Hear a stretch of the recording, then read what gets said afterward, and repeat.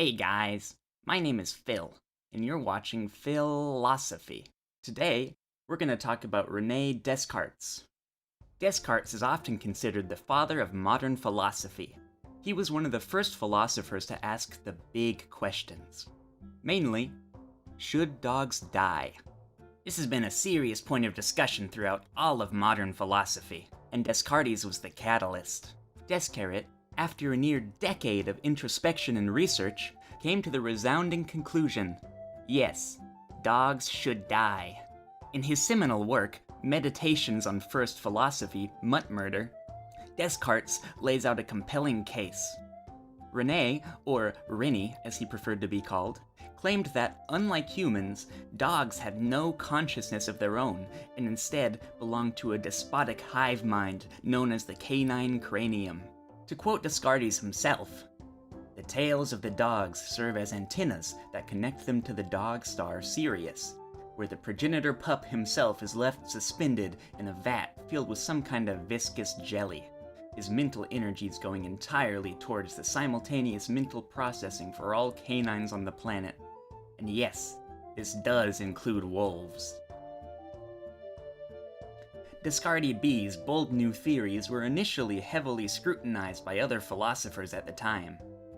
Spinoza responded with the question, if dogs' tails serve as antennas, then wouldn't cats as well? To which Descartes simply said, "What? Cats? Really? Do you have any evidence at all for this ridiculous claim?" Spinoza, predictably, didn't. The next year, the largely discredited philosopher Francisco Suarez raised another contention with Descartes' claims. He asked, "What could possibly lead you to such a conclusion?" To which Descartes responded, "Prove me wrong, moron." Once again, Descartes had showed himself to be leagues ahead of his contemporaries. Descartes had understandably grown worried about the impending canine conquest. He is said to have kept a rusted nail in his back pocket at all times to defend against any potential betrayals by man's quote-unquote best friend. He knew that at any moment, the dormant progenitor pup would awaken from his slumber and declare the human race obsolete. Descartes, who was famously a human, was not a big fan of this. He often advised people of the need to develop innovative new tactics to help stave off the coming canine tides. He spent his later years trying to understand the means by which the dogs would conduct war. In his sequel, Meditations on the First Philosophy, Escape to Africa, Descartes said, "The vanguard will undoubtedly be the pugs. Their blatant disregard for their own lives makes them excellent for maintaining a shield wall. Basset hounds will obviously be the reconnaissance units, as their big ears allow them to accurately determine enemy troop movements in a 10-mile radius. Dobermans will, of course, manage the army's logistics." Deckard Cain was very ahead of his time, as Dobermans wouldn't actually exist until over 200 centuries later. Guys, it's time for everyone's favorite segment, 5 Fast Facts, starting in 3, 2, 1, 1. Descartes hated acorns, as they reminded him of hats, which he also hated. 2. Descartes' opinions on artificial intelligence are unclear, as computers hadn't been invented yet. 3. Descartes' final words were ouch. 4. Descartes' wife left him. 5. Descartes' favorite food was, Keebler. Oh man. Descartes, after completing his magnum opus, went on to produce 15 more books, each more controversial than the last. One of his later works was simply titled Plato Was Wrong, and was a 700-page philosophical epic debunking Plato's allegory of the cave, in which Descartes claimed the prisoners couldn't possibly be that dumb.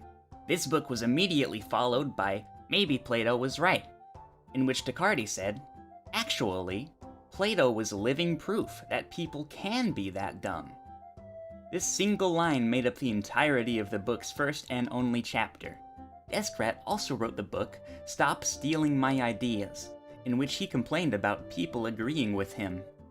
Descartes' personal life was tumultuous to say the least. Born and raised in Paris, he was exiled at the age of 12 due to his father's radical political opinion that slavery was, quote, not the best. Unwelcome in basically every other major country, the family went into hiding somewhere in the Urals. The isolation he experienced during this time in his life took a significant toll on his mental health, which, naturally, led to him becoming interested in philosophy. He published his first essay, On the Ethics of Essay Writing, under the pseudonym The Raven, as he incorrectly thought that René and Raven rhymed. It was in this essay that he posited that writing essays was immoral, and that, by publishing it, he had secured his spot in hell. It was later revealed that he did this because he wanted to challenge Satan to armed combat. Truly one of the great visionaries in history. Descartes passed away at the age of 44 after he was attacked by a rabid cat. His philosophy has thankfully stood the test of time.